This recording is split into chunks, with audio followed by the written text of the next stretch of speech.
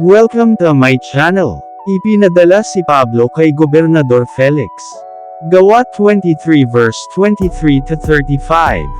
Ang pinuno ay tumawag ng 2 kapitan at sinabi sa mga ito, "Maghanda kayo ng 200 sundalo at 70 kawal na nakakabayo at 200 kawal na may sibat upang magtungo sa Cesarea ngayong alas 9 ng gabi. Maghanda rin kayo ng mga kabayong sasakyan ni Pablo at ihatid ninyo siya kay Gobernador Felix. Ingatan ninyo siyang mabuti."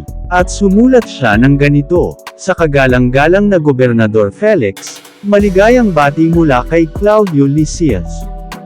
Ang lalaking ito'y hinuli ng mga Hudyo at papatayin na sana. Nalaman kong siya'y isang mamamayang Romano, kaya't nagsama ako ng mga kawal at iniligtas siya. Sa hangad kong malaman kung ano ang sakdal laban sa kanya, pinaharap ko siya sa kapulungan. Nalaman kong ang paratang sa kanya ay tungkol sa ilang usaping may kinalaman sa kanilang kautusan, at hindi sapat na dahilan upang siya'y ipapatay o ipabilanggo.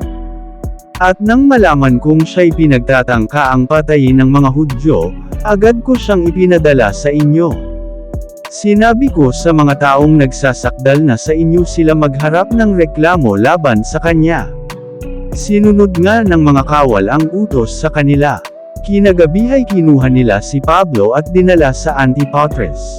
Kinabukasan, nagbalik na sa himpilan ang mga kawal, at hinayaan ang mga sundalong nakakabayo na magpatuloy sa paglalakbay kasama si Pablo.